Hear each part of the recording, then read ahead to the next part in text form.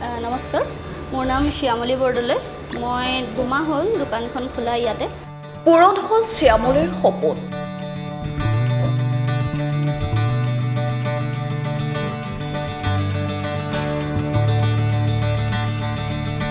আনৰ দোকানত কাম কৰা এগৰাকী শিক্ষিত যুৱতী শ্যামলী এতিয়া এখন ৰেষ্টুৰাঁৰ মালিক। সৰুৰে পৰা কিবা এটা কৰাৰ সপোন পুহি ৰখা নাজিৰাৰ শ্যামলী বৰদলৈ আজি এখন ৰেষ্টুৰেণ্টৰ মালিক।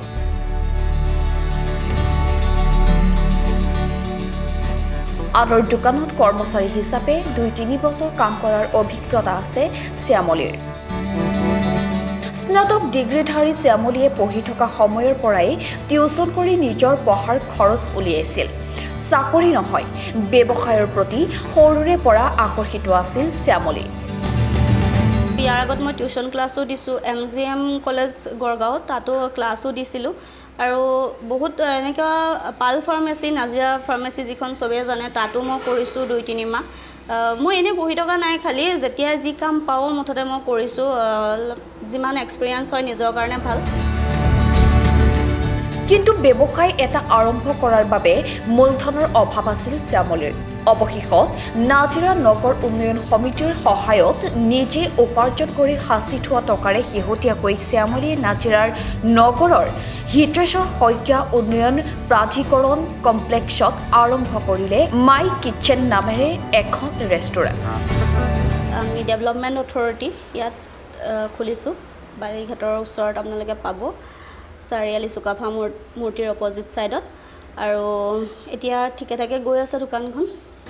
এতিয়াতো ময়ে কৰি আছোঁ, বনাওঁ ময়ে, বাচনো ময়ে ধোৱা হয়, আৰু এনেকৈও চব কাম সকলো ময়ে কৰি আছোঁ এতিয়া।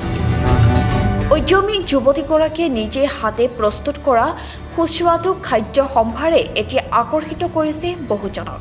বিশেষকৈ পৰম্পৰাগত খাদ্য প্ৰস্তুত কৰি বহুজনৰ সমাদৰ বুটলিবলৈ সক্ষম হৈছে শ্যামলী। যে বহুতে কয় যে তই পঢ়িলি, আমুক কৰিলি তামুক কৰিলি, কিন্তু এতিয়া মানে এনেকৈ দোকান এখনত কৰি আছ। আগতে মই এখন দোকানত কৰি আছিলোঁ, তো এনেকৈ কৰ। তাত কোনো কামত কোনো লাজ কৰিবলগীয়া একো নাথাকে। যদি মোৰ নিজৰ দোকান এখন হ'লহেঁতেন, হয়তো মই সেইখিনি কৰিবলগীয়া হ'লহেঁতেন। একজেক্টলি মই এতিয়া কৰিছোঁ তেনেকৈ, বাচন যিহেতু ময়ে ধুইছোঁ, ঘৰো সাৰিছোঁ বা কিবা, আৰু কামত কোনো সৰু বৰ নাই বুলি মই আগৰ পৰাই ভাবোঁ। সেইকাৰণে এটাই ক'ম সকলোকে, মুঠতে এনেই বহি থকাতকৈ বা চৰকাৰী চাকৰিলেই অকল যে আশা কৰি থাকিব লাগিব বা কিবা তেনে কোনো কথা নহয়।